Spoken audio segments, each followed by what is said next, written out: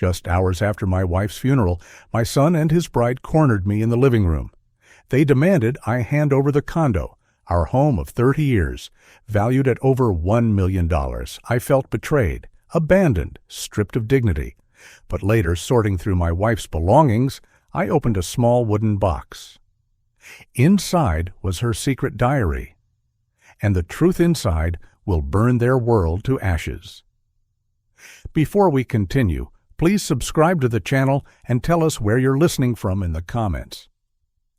I sat alone in the quiet of my condo, the same place Eleanor and I had called home for 30 years.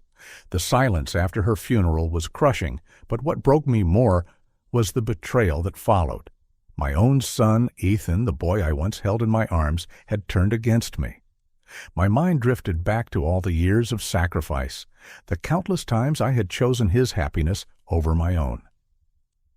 I remembered the tuition checks, one after another, nearly $80,000 over 4 years. I had written each one proudly, believing education would be the foundation for his future. I thought I was building him a world where he would never have to struggle the way I did. When he graduated, I surprised him with a car, a silver sedan worth $25,000. It wasn't brand new, but it was safe, reliable, and bought with every bit of love in my heart. And when he fell in love with Juliet, I swallowed my doubts about her sharp tongue and controlling nature, and I still helped pay for their wedding. Nearly $15,000 went into flowers, food, and music so their day would shine. I skipped dinners out, canceled golf trips, and lived frugally so I could give him all of this. Beans and rice became my regular meals, while I tucked away money for him. I even remember Eleanor sighing once, asking if maybe we could finally take that trip to Italy we had dreamed of for years. I shook my head and told her, "Not yet. Let's get Ethan settled first." Now, after all those sacrifices, I was the one he wanted to discard, as if I were nothing but an old coat to be hung away in a closet. The cruelty cut deep. When I looked around the condo, the pain became sharper. Every corner carried the weight of my life with Eleanor. The walls still held photographs from our early years, her smile lighting up the frame, the two of us holding baby Ethan, the Christmas tree we decorated together every December. This condo was more than just a piece of property. It was worth $1.2 million now. But to me, it was priceless. It was where Eleanor had painted the living room walls yellow because she said it reminded her of sunshine. It was where she and I sat on the balcony holding hands while the city lights flickered below. This was not just real estate. It was the heart of our marriage, the physical proof of our hard work and devotion. And yet, in Ethan's eyes, and especially Juliet's, it had been reduced to a prize, a trophy waiting to be seized. I could almost hear Juliet's cold laugh as she told me I should be grateful they had already found me a room in a nursing home. The condo, our home, had become a battlefield, the symbol of everything they wanted and everything I stood to lose. The past and the present collided in those walls. The laughter that once echoed in the living room now mocked me with silence. The kitchen, once filled with the aroma of Eleanor's cooking, now smelled only of emptiness. I stood by our wedding photograph, the one in a silver frame. Once it made me smile. Now it felt like a reminder of how fragile love, trust, and family could become when poisoned by greed. One evening, as I began sorting through Eleanor's closet, I felt the weight of grief pressing against me. Her dresses still carried her scent, faint traces of lavender and soap. I folded each one carefully, whispering apologies for touching what had once been hers. That's when my fingers brushed against something unusual. At the back of the closet, beneath a stack of old sweaters, I found a wooden box. It was plain, scratched by time, and yet it seemed deliberate, as though Eleanor had hidden it for me to find. My hands trembled as I pulled it out, sat on the edge of our bed, and lifted the lid. Inside lay her diary, its leather cover worn soft, and beneath it sealed documents I had never seen. My breath caught when I unfolded them. They were certificates of a secret investment account, valued at more than $5.2 million. Eleanor had kept this hidden, perhaps waiting for the right time to reveal it. In her diary, her handwriting whispered to me from beyond the grave. She wrote of Juliet's manipulations, of Ethan's weakness, of her fears that our son had become blind to what mattered. She left the account untouched, noting it was meant as both protection and a test. She had written, "If you are reading this, it means the truth has found you. This is your shield." My heart shattered again, this time with the realization that my wife had carried such heavy worries in silence. She had lived with the knowledge that our son might one day betray us. Her words were both a dagger and a lifeline. The betrayal stung deeper, but the hidden fortune became a weapon she had left in my hands. I sat for hours with the diary open, reading her words, feeling her presence in the room. The pain was unbearable. It wasn't only the sting of Ethan's betrayal anymore. It was the ache of knowing Eleanor had feared this day would come, and she hadn't told me. She had borne that burden alone, writing her thoughts on paper while sleeping beside me. I whispered into the empty room, "Why didn't you tell me, Ellie? Why did you carry this alone?" There was no answer, only the stillness of the night. Yet as the tears fell, anger began to burn beneath the sorrow. I could no longer sit back and let Ethan and Juliet rob me not just of property, but of dignity, of everything Eleanor and I had built together. I had been too blind, too trusting, too willing to believe love was enough to hold us together. But now, with Eleanor's diary in my hands, I felt a shift inside me. The grief was still there, but it was no longer paralyzing. It was transforming into resolve. Eleanor had given me one last gift, and I would honor it. This wasn't just about keeping the condo. This was about protecting her legacy, about proving that love and sacrifice would not be mocked or stolen by greed. That night, I stared at my phone. There were dozens of messages from Ethan, most of them thinly veiled demands for money, promises he couldn't keep, excuses I had heard too many times. For the first time, I did not answer. Instead, I selected them all and pressed delete. My thumb hesitated, but when I saw Eleanor's handwriting in the diary on the table beside me, I knew what I had to do. I turned off the phone, letting the screen fade into black. It felt symbolic, like closing a door that had stayed open too long. "Ellie," I whispered, "I will stand on my own now.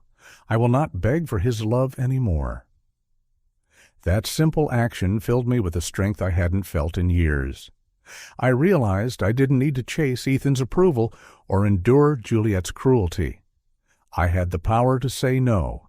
I had the power to fight. The condo around me seemed to shift that night. The same furniture, the same walls, yet everything looked different. The recliner where Eleanor had once read her novels felt strangely empty, almost accusing. The grandfather clock in the corner ticked louder than usual, each swing of its pendulum like a countdown to the inevitable confrontation. The warm light that had once wrapped this home in comfort now cast shadows that felt colder, sharper. I walked through the living room, brushing my hand across the dining table, remembering holiday dinners filled with laughter. Ethan carving the turkey with pride, Eleanor smiling at us both. Now that table was bare. I saw not family, but absence. Yet in that absence, I also saw clarity. This condo, once a place of comfort, had become a mirror of my own soul, lonely but unbroken. I realized then that solitude was not the same as weakness. In this silence, I could hear my own thoughts clearly. For the first time in years, I was not afraid of being alone. I was ready to defend what mattered, to face Ethan and Juliet, not as a frail old man, but as a husband honoring his wife, and as a father who had finally opened his eyes. I knew the road ahead would not be easy, But as I placed Eleanor's diary back into the wooden box and slid it under my arm, I felt the weight of her love guiding me. I whispered to her once more, "You left me the truth. Now I will use it." That night, in the stillness of our home, I understood that the next chapter of my life would not be about survival. It would be about justice. If you're still watching and find this story interesting, please comment 1 below to let me know you're here with me. The morning light spilled across the living room floor, and for the first time since Eleanor's funeral, I felt something different inside me. It wasn't peace. It wasn't even relief. It was resolved, a steady flame that told me I had been a fool long enough and that now was the time to act. I poured myself a cup of coffee, hands steady, not trembling like before. I sat at the dining table with Eleanor's diary and the documents from the wooden box spread before me. The numbers didn't lie. The account she left behind, more than $5 million, was real, and it was mine to protect. But it wasn't just money. It was her trust, her voice, reaching across time to tell me I wasn't powerless. I had to do something. I picked up the phone and called Charles, my old friend and attorney. His voice carried the calm confidence I desperately needed. "Arthur," he said, "come in today. We'll sort this out together." By noon, I was sitting in his office, the smell of leather and old paper heavy in the air. He adjusted his glasses, scanned the documents, and looked at me with a mixture of surprise and admiration. "Your wife was a wise woman," he said softly. "She knew what she was doing. These papers give you leverage you didn't know you had." We spent hours reviewing everything. Charles walked me through the steps like a patient teacher. We froze the joint accounts so Ethan couldn't siphon off another cent. We put a legal block on the condo worth $1.2 million, ensuring no transfer could happen without my explicit signature. And then we began to draft a new will. As I held the pen, ready to sign the first protective order, I noticed something. My hand didn't shake. My signature was bold, clear, and strong. For the first time in weeks, maybe years, I felt like I was in control again. Charles leaned back, steepling his fingers, and then slid another folder across the desk. "Arthur, I ran a quick search," he said. "Do you know Juliet has a private debt account?" My eyebrows furrowed. I shook my head. He tapped the page. $40,000, unpaid gambling debt. It's tied to her name alone. If this goes public, her entire image of control collapses. I stared at the numbers, the dates, the transactions. My chest tightened, not with fear, but with satisfaction. This was it. The secret Eleanor must have hoped I'd uncover. The weapon that could bring them down if they pushed too far. I didn't smile. Not yet, but a quiet thought echoed in my mind. They think I'm defenseless. They have no idea what I hold in my hands. 2 days later, I agreed to meet Ethan and Juliet for dinner. They suggested it themselves, saying it was time we talked about the future. I knew what they meant. They wanted to corner me, pressure me, convince me that moving into a nursing home was best for everyone. I arrived early at the restaurant, a modest Italian place I used to take Eleanor on anniversaries. I sat at the table alone, listening to the clatter of silverware, the murmur of other families laughing and sharing meals. It stung, because that's what I had always dreamed my family would look like. Happy, united. Instead, I was preparing for battle. When they arrived, Juliet wore her usual mask of sweetness, the kind strangers often mistake for charm. Ethan trailed behind her, quiet, eyes downcast. We ordered drinks, exchanged forced pleasantries, and then she went straight to it. She leaned forward, voice smooth but sharp. "Arthur, we've been looking at options.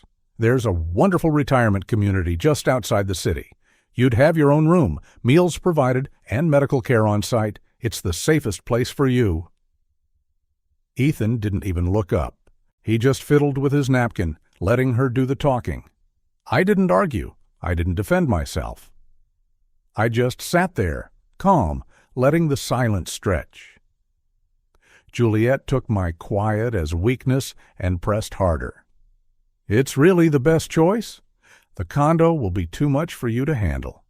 Ethan and I could take over, make sure it's cared for properly. You wouldn't have to worry about anything. I looked at her, straight in the eyes, and for a moment her smile faltered. Not because I said anything, but because I didn't. I simply observed, memorizing every word, every greedy glance. It was exactly what I needed, to let them reveal themselves without me saying a thing. And then she slipped. Perhaps the wine loosened her tongue, or maybe her arrogance grew too strong. She put down her glass and said it louder this time, so even the couple at the next table turned their heads. Arthur, we already visited the home. We picked a room for you. You should be grateful. Most fathers your age don't get this much attention. My stomach churned, not from fear, but from fury. Ethan sat there, silent, nodding slightly, as if her cruelty was acceptable. My blood boiled, but I held my composure. Inside, I was screaming, how dare they speak of gratitude, after everything I had given them? But outwardly, I remained steady. I folded my napkin, placed it on the table, and simply said, I hear you. That was all. Juliet smirked, believing she had won. But I knew the truth. Every word she spoke only deepened the trap she was walking into. That night I returned to Charles.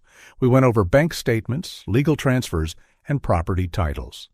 He pulled up a report that made my heart sink and burn all at once.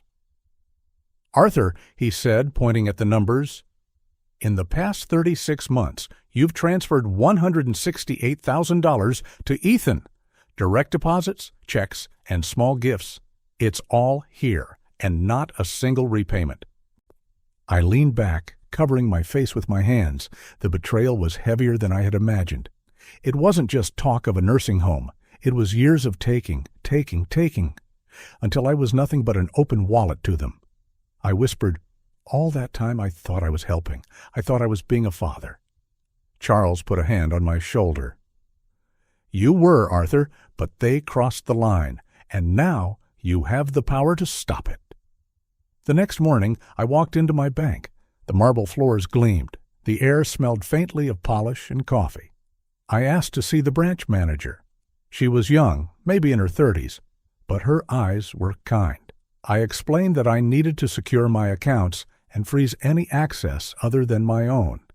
She listened carefully, then gently asked, Sir, are you okay? Is someone pressuring you?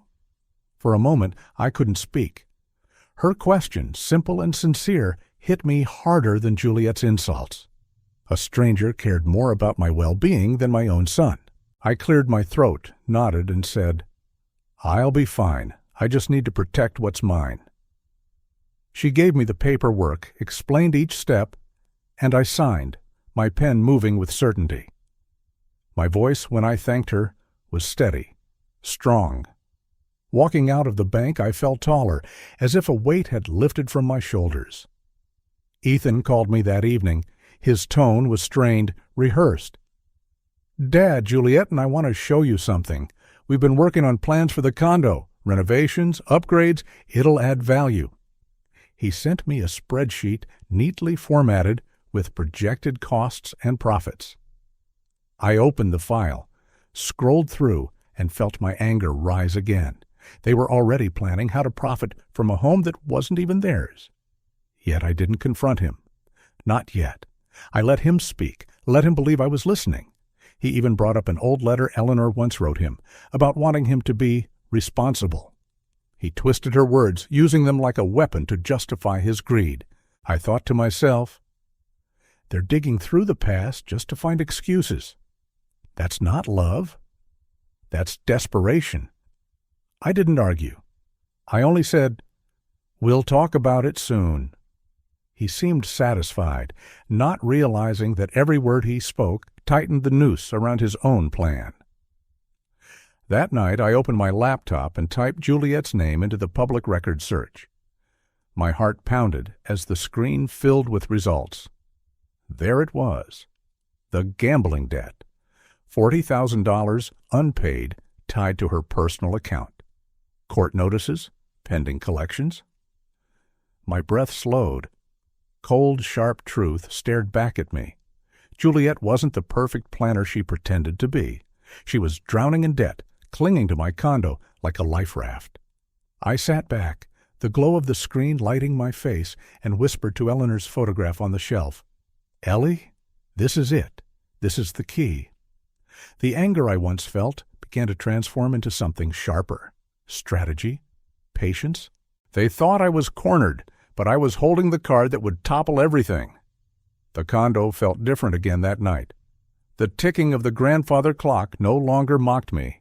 It motivated me. Every sound in the house seemed to whisper of Eleanor's presence, urging me forward. I pulled out the new will Charles had prepared, read every line carefully, and signed my name with bold strokes. The ink dried quickly, as if even the paper wanted to carry the weight of my resolve. I closed the folder, placed it back in my briefcase, and stood tall in the quiet room.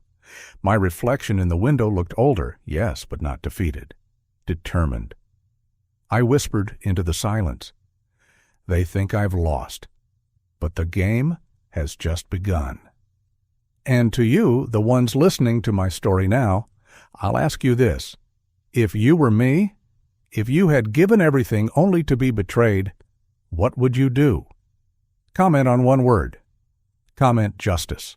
If you're still watching and find this story interesting, please comment too below to let me know you're here with me. I chose my living room for the meeting because I wanted them to face what they were trying to take. The oak table Eleanor and I ate at for 30 years. The framed wedding photo with her sunlit smile. The balcony where we watched the city breathe. I opened the curtains so the late afternoon light fell across the room like a stage. I brewed a pot of coffee, set out water, and placed a neat stack of folders beside my chair. My hands didn't shake as I waited. The grandfather clock ticked steadily, not like a warning this time, but like a drumbeat. I had spent the last week working with Charles, filing protections, freezing access, and recording the new will. Today was not about anger. Today was about truth. They arrived as a cluster, Juliet first, sharp heels on the hallway tile, her expression composed the way a performer wears makeup. Behind her came her parents, Mr. and Mrs. Dawson, all pressed collars and narrowed eyes, the sort of people who judge a room before they greet a soul. Ethan stood slightly back, eyes down, cheeks pale. He looked like a boy who needed permission to breathe. My neighbor Joseph slipped in quietly a minute later and sat at the far end of the couch. Charles, my attorney, came last, carrying his leather briefcase. He gave me a small nod that said, "I'm here, and I'm ready." I looked at everyone and gestured to the chairs.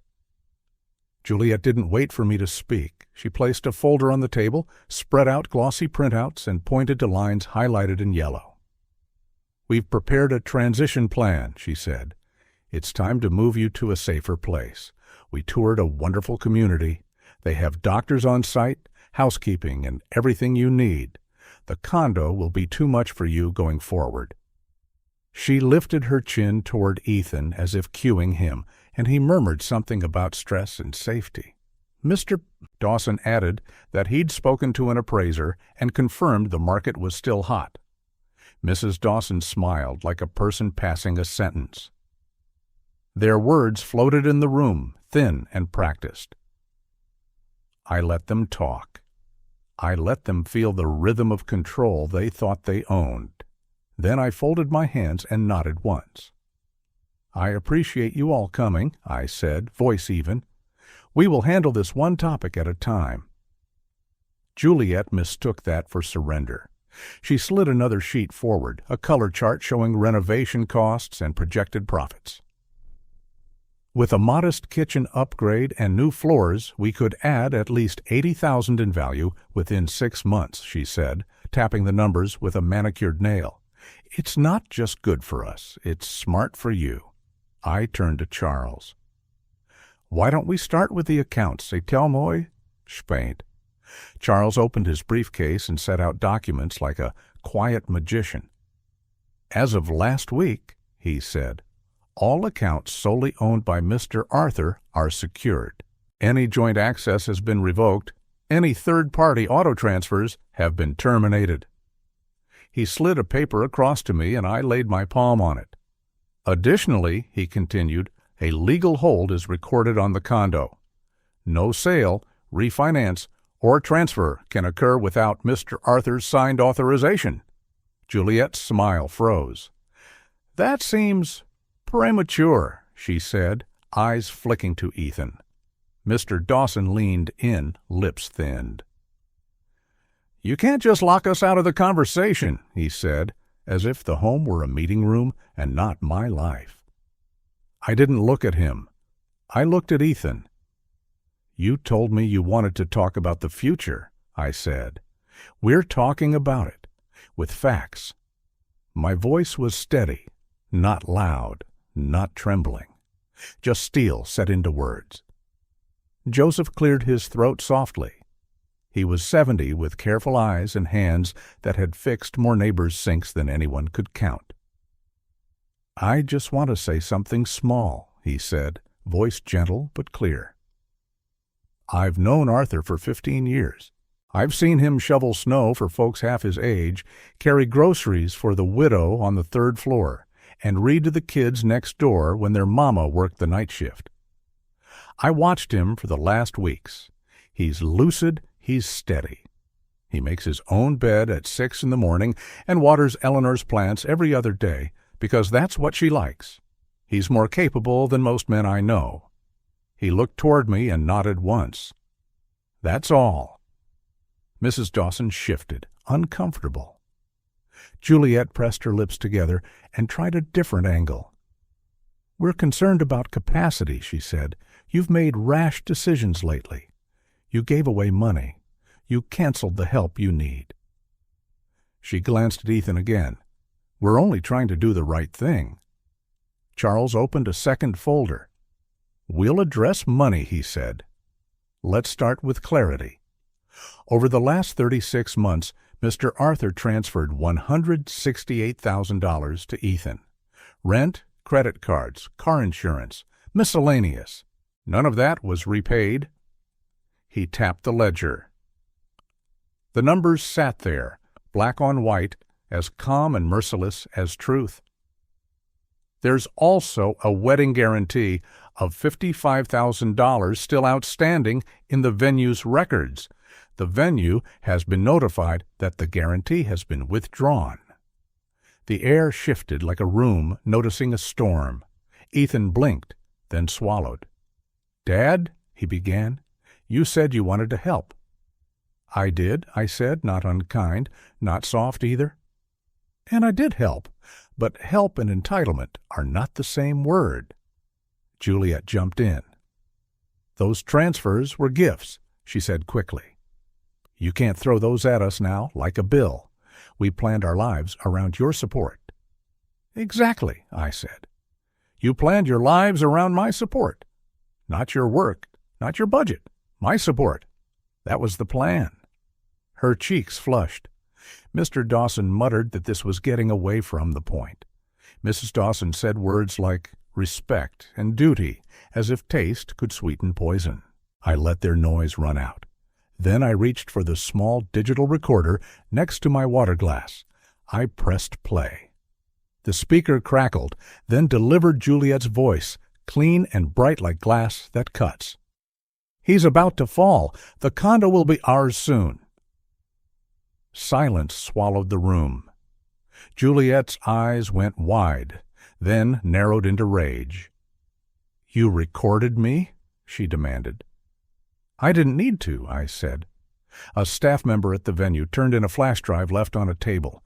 It had snippets from that night. People film everything now. Sometimes the truth lands in your lap. I let the words rest so the weight of them could be felt. The recorder kept breathing softly, then clicked off. Ethan looked at Juliet as if seeing something for the first time and trying not to. "You said you never—" he started and stopped. The clock ticked. Mr. Dawson tried to rally. He straightened in his chair and cleared his throat. "Even if that was said in poor taste," he began, "the practical matters remain. Arthur, at your age, you must consider safety. Moving would be responsible. We're here as family. We don't want an accident. We don't want a lawsuit from a fall." He smiled the way men do when they think they've returned to reason. He had no idea we had lost reason the moment greed was invited to the table. Charles kept his voice even. "On the subject of responsibility," he said, "we should note another item. Juliet, our due diligence revealed a personal debt under your name totaling $40,000, tied to gambling activity and currently in collection. That is a private matter for you, but it becomes relevant when you assert stewardship over Mr. Arthur's property." Juliet's breath hitched. For a second, her mouth opened and closed with no sound. Then the fury found air. "That is none of your business," she snapped. "I am not on trial here." "No," I said, "you're not. But you are asking to control a $1.2 million condo, and you are asking the court of family opinion to believe you're motivated by care, not by debt. The facts are part of that." Ethan turned to her then, truly looked. "40,000, he said, voice thinning. "You told me we were fine." "We are fine," she said, too quickly. "It's under control." I watched the crack form. It was small at first, a hairline in glass. Truth has a way of finding pressure, of pushing until something gives. I didn't push, not yet. I had one more layer to peel. "Joseph," I said softly, "would you share what you told me about last Thursday?" Joseph nodded. "I was on my balcony," he said, "watering the basil Eleanor gave me the year before she passed." His voice warmed on her name like we all still owed her a kind tone.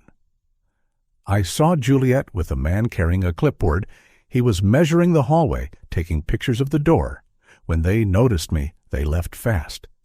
Juliet rolled her eyes like a girl caught with a note under her desk. "That was a contractor," she said. "We were thinking of ways to help you transition. It's called preparation." "It's called presumption," I said. "And the difference matters." Charles opened another folder. "Before we go further," he said, "I'd like to introduce a letter."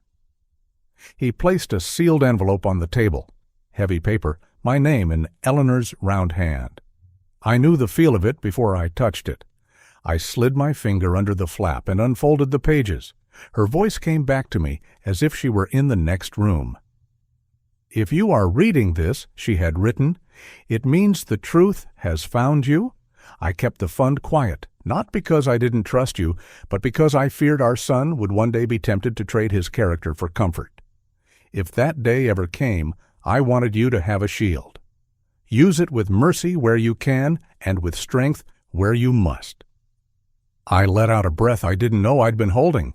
I handed the letter to Charles, and he read a brief passage aloud so the room would hear something other than my voice and their own doubts. When he finished, the room felt different, less like a negotiation, more like a reckoning. Mrs. Dawson pressed her palm to her chest. "This is all so dramatic," she said, trying to gather control with tone. "We came here to help. We didn't come here to be humiliated." "Humiliation is what happens when private greed gets dragged into daylight," I said. "Truth, on the other hand, is clean." I took the top folder from my stack and opened it. "We will do this in order," I said. "First, small lies, then the larger ones." Juliet scoffed. "Oh, please." I looked at Ethan. "You told people you paid your own way through college," I said. "You didn't. $80,000 in tuition came from me." I laid out the bank statements. He stared at the papers like they might burn him. "You said you bought your car outright," I continued. I paid $25,000 for it. I have the title transfers signed the day you graduated. I laid down the title copy. You told your in-laws I refused to help with the wedding. I guaranteed $55,000 to make sure you weren't embarrassed in front of your friends. I placed the venue document on the table. Mr. Dawson's mouth tightened. If resentment had a sound, it would be the slow drag of his breath in his nose. Mrs. Dawson looked at her daughter as if the mirror had betrayed her. "Second," I said, "the bigger lies." I looked at Juliet. "You told Ethan and others you were saving money, that appearances mattered because opportunity required them. You failed to mention $40,000 in gambling debt. You told him you were calling contractors for repairs. You were calling appraisers." I let the words rest. "And you told anyone who would listen that you were doing all this out of care for me. That is your biggest lie." Juliet stood so quickly her chair scraped the floor. "How dare you?" she said, voice shaking. "We have done everything for you. We visit, we check in, we plan, we sacrifice our time." "Your time," I said quietly, "in exchange for my home." I lifted the recorder again and pressed play. Her voice filled the room a second time. "He's about to fall. The condo will be ours soon." Ethan's face changed then, not into rage, but into something softer and worse.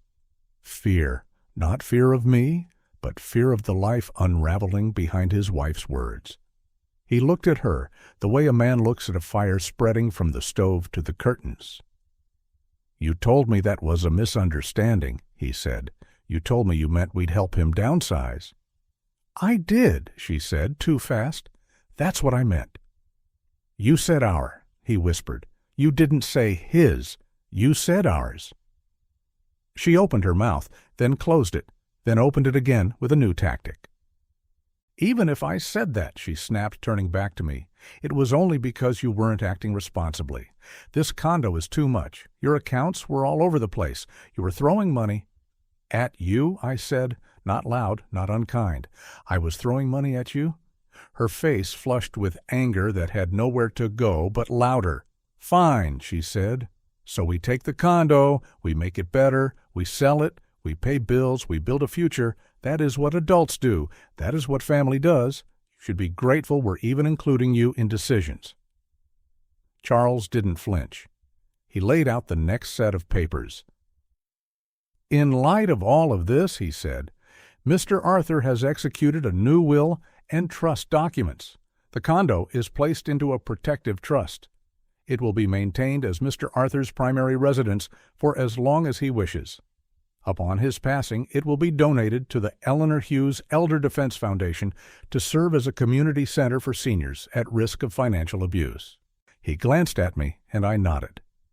"The investment fund of roughly $5.2 million will be transferred into that foundation as well. A portion will establish legal aid and emergency housing. Administrative oversight will be performed by an independent board.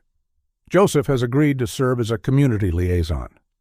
Lucy—" I saw my niece step quietly from the hallway where she had waited until called, sweet-faced, steady. "Will serve as educational director given her experience as a teacher. Personal items and a small bequest are designated to close friends whose care has been proven over time." The room went very still. The clock ticked. The city hummed far below, as indifferent to human collapse as the ocean is to a ship's pride. Juliet moved first. "You can't disinherit your own son," she said, voice pitched high. "That's cruel. That's unforgivable. That's—" "Legal," Charles said. "When there is cause, and when the documents reflect clear intent and capacity, which you have in abundance." Ethan stared at the papers with an expression I will carry with me for a long time. Shock, then a slow crumble, like a wall that had been leaning for years and finally gave way. "Dad," he said, so soft I almost couldn't hear it. "You would leave me nothing?" "I would leave you the chance," I said, "to rebuild the thing you sold." Character. My voice didn't break. It didn't rise. It simply was. You can apologize. You can change. You can work. You are young enough to become better than this. But you will not become better on the back of my home and your mother's legacy. Juliet turned on him then. Do something, she hissed. Say something. Stop this. He looked at her, and for once he did not take orders. He said nothing at all. Sometimes silence is the first honest thing a man speaks. Mrs. Dawson began to cry, quiet gasps behind her palm. Mr. Dawson stood, paced, sat, stood again. This is a disgrace, he said. To drag the family through legal mud, to parade debts like laundry, to tell the truth, I said. That's all this is. I was not done. There was one last layer, the place where a blade either draws blood or opens a vein to drain poison. I reached for Eleanor's diary and laid it gently on the table, the way you set down a sacred thing. Eleanor left me more than money, I said. She left me her words. I opened to a page I had read a dozen times. She wrote that love without boundaries becomes a rope around your own throat. She wrote that protection without truth breeds children who mistake kindness for weakness. She wrote that if the day ever came when our son traded honor for comfort, I should stop paying his bill and start paying attention. I closed the book. I am paying attention now. Juliet shouted something about manipulation. She accused me of inventing letters, of forging signatures, of exaggerating debts. Charles quietly held up notarizations, timestamps, and bank verifications. Facts have better posture than lies. They stand on their own. Ethan covered his face with both hands. His shoulders shook once, then went still. When he lowered his hands, his eyes were rimmed red, but the anger I expected wasn't there. Only emptiness, the kind that follows when a person's excuses burn up and leave only ash. Lucy spoke softly from her seat near the doorway. "Uncle," she said, "do you want me to read the Foundation's mission?" I nodded. She stood with a paper in both hands. Her voice was clear. The Eleanor Hughes Elder Defense Foundation will provide free legal counsel to seniors facing exploitation by family members, urgent housing for those threatened with displacement, and education for communities to recognize and stop elder financial abuse. It will operate with transparency and be audited annually. It will honor the dignity of those who built our lives. The words floated through the room like clean air after a window opens. Joseph wiped his eyes. Charles looked down as if not to intrude. Mr. Dawson made a sharp sound in his throat. "So this is the grand plan," he said, "to make us villains and yourself a saint." "No," I said, "to make you accountable and to make my wife proud." Juliet's control snapped. She slammed her palm on the table so hard the coffee sloshed. "We don't accept this," she said.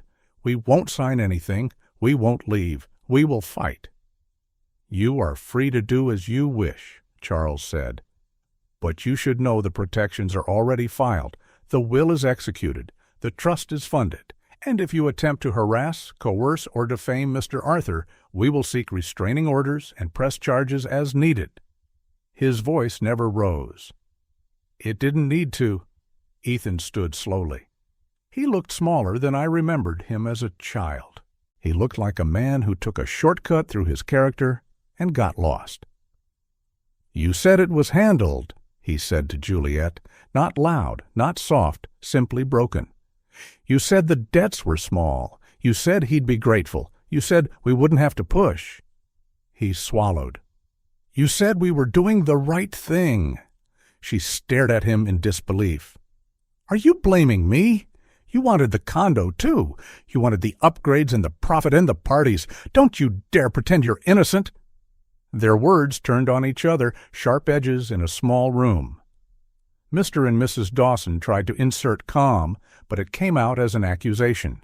They argued about who said what, who knew what, and who promised what. The rift I'd felt for months split open in front of me, not because I swung an axe, but because pressure finally found the weakest line. I did not gloat. I did not smile. I did not speak for a long moment. I let their noise run out. Then I stood. My knees cracked the way old wood does, honest about their age. I placed both hands on the back of my chair and looked at the people who had tried to turn my home into a prize table. "You thought I was weak," I said, voice low and firm. "You thought grief made me blind. You thought love meant I would never say no." I breathed once, deep, steady. "You were wrong. Today you see the consequences." I turned to Charles. "Please read the final paragraph." He lifted the will and read each word like a bell. "All previous bequests to Ethan Hughes and Juliet Dawson are revoked for cause. In their place, the estate shall pass to the Eleanor Hughes Elder Defense Foundation, with designated leadership as outlined, and a modest personal bequest to Lucy Hale and Joseph Bennett, in thanks for proven loyalty and care. The condo shall be used as a community center for as long as viable, then sold with proceeds to the foundation." The sentence landed. So did the quiet that followed. In that quiet, even the clock seemed to pause between ticks, as if listening for the next heart to break.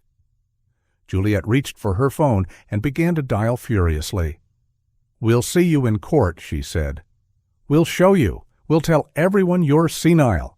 We'll—" Charles handed her a copy of the neuropsychological evaluation I had undergone at his suggestion, clean and boring and blessed by a licensed clinician. "You will not," he said calmly. "You will find a new story." Ethan didn't call anyone. He looked at me as if hoping for a bridge back to shore. He didn't find it. Bridges are built with honesty, and he had brought me none. "Dad," he said, "I don't know how we got here." "You got here one small compromise at a time," I said. "One excuse at a time. One silence at a time." He nodded, eyes wet. He didn't argue. He didn't apologize either. He simply gathered the papers he'd brought and placed them in a neat stack, as if order might disguise loss. He walked to the door, paused, and without looking back said, "I hope you're happy." "I am not happy," I said quietly. "I am at peace." They left in a slow, messy exit. Mrs. Dawson first, eyes flashing. Mr. Dawson last, shaking his head as if disappointment could change a fact. Juliet marched out rigid and furious, making promises to no one. Ethan followed, shoulders curved, a man smaller than his age. The hallway swallowed their footsteps. The door clicked shut. The room exhaled. Joseph let out a breath he'd been storing in his chest. Lucy crossed to me and put her hand on my shoulder, warm and steady. Charles packed the last documents back into his case. I moved to the balcony and stood with the city at my feet. The evening light had shifted. The sky wore the color Eleanor loved, that pale peach that makes even brick look gentle. For a long time, I said nothing. Then I said, into the soft air, "Ellie, I did what you asked. I used mercy where I could. I used strength where I had to." A breeze moved the curtain against my leg like a hand. Inside, Joseph poured coffee. Lucy read over the foundation's bylaws again, lips moving the way teachers read. Charles checked his watch, then sat back and let the quiet do its work. It felt like the whole apartment was a chest that had been held tight, finally letting itself breathe. There will be consequences. There always are. People will talk. The family will split. There might be a courtroom, or there might only be more silence. Either way, the foundation is funded, the trust is sealed, and the condo is safe. I don't know what Ethan will do next. I don't know whether Juliet will choose shame or defiance. I only know that the world is different now, and so am I. It's a strange thing to taste dignity again after thinking you had to live without it. It's not sweet. It's clean. It has the taste of water when you are very thirsty and don't know what else to drink. Tonight, when I turn off the lights, the grandfather clock will keep time the way it always has. Not for me, not for them, for time itself. And when I sleep, I will not dream of losing this place. I will dream of the seniors who will sit at this table one day eating soup while a volunteer explains their rights. I will dream of a woman who avoids being pushed out of her home because our lawyer called the right judge at the right hour. I will dream of a man who hears the word no and understands it means yes, to himself, to his life, to the breath that still belongs to him. To you who are listening, I will say this too. The worst part of betrayal is not the theft. It's the way you start to believe you deserve it. I believed that for a while. I believed that grief meant surrender. I was wrong. You can be old and still be strong. You can love and still draw a line. You can lose a great many things and still keep yourself. The pain of being dismissed, of being treated like a burden, is real. It's heavy. It's lonely. It sits on your chest and tells you to be quiet. That feeling is hard, isn't it? If you believe every person deserves to be seen, to be heard, to be recognized, type one word for me in the comments. Type truth. Now let's see what they do when truth finally stands up and stays standing. If you're still watching and find this story interesting, please comment 3 below to let me know you're here with me. I woke up that morning in a completely new apartment, much smaller than the house I once had, but filled with light and peace. The place was worth around $200,000, overlooking a park where children ran freely and older folks strolled slowly with their dogs. I pulled the curtains, breathed deeply, and felt lighter than I had in years. Last night was the first time in months I had slept without dreams, without waking in the middle of the night, haunted by echoes of betrayal. Standing on the balcony with a cup of coffee in hand, I whispered, I did the right thing. The fallout from what happened didn't just crash down on Ethan and Juliet. It spread through the entire Dawson family. News travels fast. Their words during the family meeting, the recording, and the new will, all of it became public. Within weeks, people who once shared drinks with them, colleagues who once shook their hands, turned away. Juliet disappeared not long after, taking a few belongings and leaving behind debts.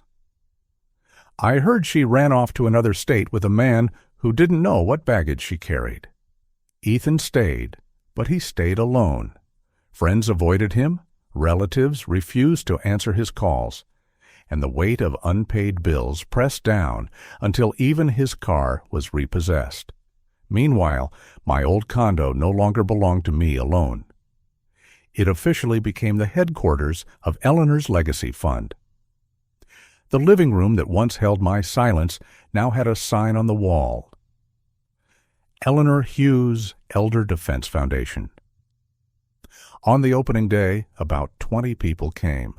Seniors who had been tricked, grandparents who had signed away homes without realizing what they were losing. I shook their hands, looked into their eyes, and told them they were not alone.